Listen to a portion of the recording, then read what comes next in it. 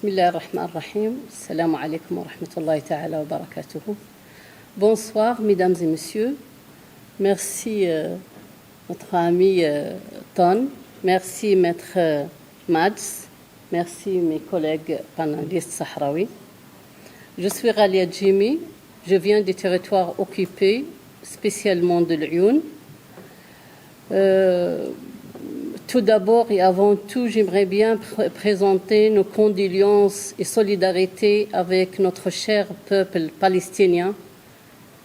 C'est vrai que nous sommes actuellement en déception de double standard qu'utilise la communauté internationale et les pays européens, mais on va continuer la lutte jusqu'à la fin de notre gloire, ensemble.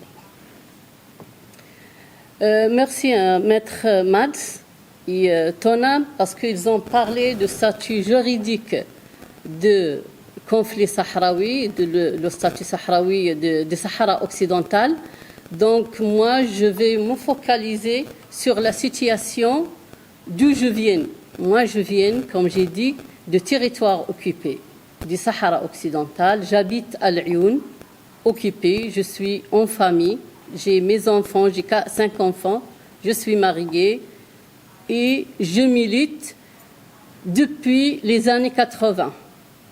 Dans les années 80, je me suis disparue, comme la majorité des Sahraouis, parce que aucune maison, aucune famille au Sahara occidental, je parle des autochtones, n'a échappé de ce phénomène qui est contre l'humanité.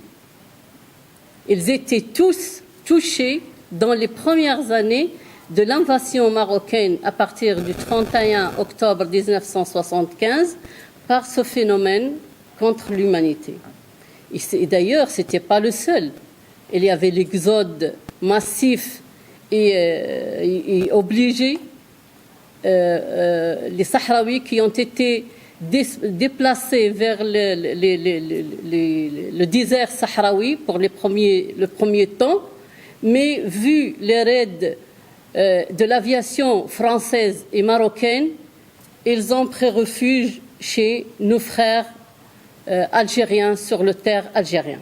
Donc mon peuple est divisé et c'est un crime contre l'humanité et crime de guerre encore. Une autre partie de mon peuple est obligée, après le cessez-le-feu, d'aller s'installer dans les pays européens et demande l'asile politique. Est-ce que c'est raisonnable qu'un pays qui envahit, qui colonise un territoire non autonome, que son statut juridique est bien déterminé, et chaque année, l'Assemblée générale et la 4e commission de décolonisation passent des résolutions en faveur de ces 17 pays. Est-ce que c'est raisonnable? Est-ce que le Maroc a le droit de nous oppressionner, d'utiliser toutes les formes de la persécution contre la population qui vit sous son occupation? Et aussi, il oblige nos familles qui sont dans les campements algériens, dans les campements des réfugiés sahraouis, il les oblige à vivre sous l'aide humanitaire. Merci infiniment à notre peuple, le frère algérien, qui a hébergé notre peuple, qui leur a garanti l'alimentation, l'éducation et la santé, mais nos droits, il faut qu'on profite de nos richesses. Il ne faut pas qu'on se laisse soit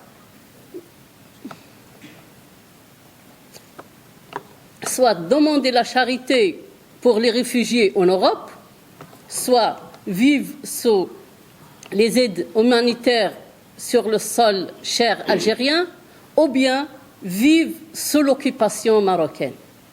Nous qui nous vivons sous l'occupation marocaine, à l'exception de quelques-uns comme moi personnellement, je suis l'exception parce que j'étais fonctionnaire dans l'État marocain avant ma disparition, en 87. Après 91, quand je me suis libérée, j'ai passé 3 années de militantisme et de lutte pour que je reprenne mon travail. Et c'est pour cela que j'ai un revenu mensuel. Mais la majorité de mes amis, de mes collègues n'ont pas de travail. Le Maroc nous oppressionne. Et l'oppression qu'il utilise, vous allez voir dans cette courte vidéo, que la répression était, à partir de 2005, était l'utilisation excessive de la force de la part des différentes forces autoritaires marocaines policières, mais dernièrement, ils utilisent la répression économique. Ils répressionnent la population civile sahraoui pour qu'ils ne parlent pas, pour qu'ils n'osent pas à lever sa voix et demander l'autodétermination et l'indépendance de Sahara. Les événements qui ont été proclamés et déclenchés en 2005, les gens ont sorti pour demander et revendiquer uniquement, c'est pas l'autodétermination, mais la liberté et l'indépendance. En 2015, dans la grande manifestation de 4 mai, la population, dans une image très de haut niveau, parce que les Sahraouis sont sortis en respectant les policiers, en respectant les biens des Marocains, sans faire aucun mal, jusqu'à passer quelques 4 kilomètres, et venait l'intervention des policiers et ils ont fait disperser la manifestation. Cette manifestation, il y avait la participation de 8000 personnes sahraouis, parmi eux des fonctionnaires, des jeunes. Tout le monde brandait les drapeaux de la race, de la République arabe sahraoui démocratique et revendiquant l'indépendance et l'autodétermination. À partir de ce jour-là, les autorités policières et des services ont même déclaré un communiqué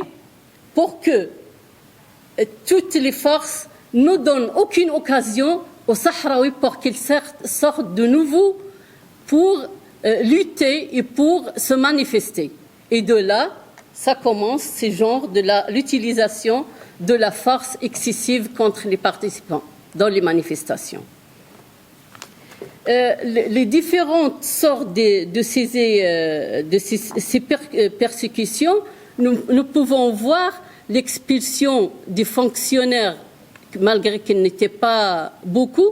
Nous avons 2 camarades, Amina Touhaïdar et Mina Ba'li. D'ailleurs, Mina Ba'li a reçu un poste comme réparation parce qu'il était disparu et victime de la disparition forcée quand il était élève au collège. Et ils l'ont réparé avec une fonction, dans la fonction publique. Est-ce que le droit à la réparation, il est un sujet, il saura être, il devrait être un sujet de chantage? Le Maroc a utilisé le chantage contre Mina Ba'li, il l'a expulsé de ce travail. L'éloignement de sa sœur aussi, Mbarka Alina Ba'li. Moi, que j'ai travaillé, j'étais fonctionnaire, j'ai travaillé 37 ans, j'ai jamais exercé aucun métier, aucune tâche. C'était pour moi une torture psychique quotidienne, parce que j'étais obligée d'aller dans mon placard, c'est pas mon bureau, c'est un placard, où je me suis enfermée durant les heures de travail sans rien faire. Donc, la question que je pose toujours, est-ce que le Maroc a une légitimité, a un droit de se comporter de cette façon discriminatoire entre Sahraouis qui défendent l'occupation pour des raisons ou d'autres, que nous, on connaît la réalité, ou bien les autres Sahraouis qui défendent les droits fondamentaux du peuple sahraoui chapeautés par le droit à l'autodétermination. Mes compatriotes sahraouis qui défendent l'occupation marocaine, ils ont le droit à l'organisation, ils ont le droit au travail. Le droit de travail, nous, il est privé. J'ai des filles qui ont mes filles, les miens, ils sont universitaires. Mais quand ils déposent des demandes de travail, ils leur disent, vous êtes les filles des séparatistes. Mon collègue, Il a eu son diplôme des études supérieures et quand il s'est présenté pour demander à continuer ses études doctorales, ils ont refusé. Et c'est pas, d'ailleurs, c'est pas lui et c'est pas moi seul, mais tous les enfants des défenseurs, ils sont punis par une représaille qui exerce sur nos enfants une dépression. Nos enfants, ils n'ont pas le droit aux bourses universitaires. Que les bourses depuis 83, parce que c'était la première année où les étudiants partent du Sahara occidental occupé vers le Maroc pour étudier, parce qu'il n'y a pas des universités au Maroc.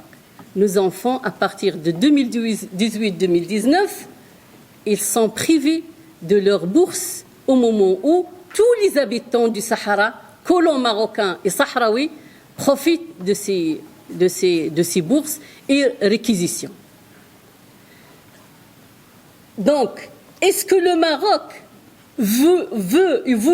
voulait dans le passé nous chasser dans la mer? Nous existons et nous continuons notre lutte pacifique. Nous revendiquons toujours, mais avec toute tolérance, toute acceptation de l'autrui. Nous sommes là et nous militons, surtout nous que nous avons passé par la disparition forcée. Nous avons payé cher ce sacrifice parce que nous voulons une paix durable, une stabilité durable dans la région du Grand Maghreb et une convivence avec nos frères marocains même. Merci. Le temps ne nous permet pas beaucoup pour nous exprimer de plus. Thank you so much, Galia.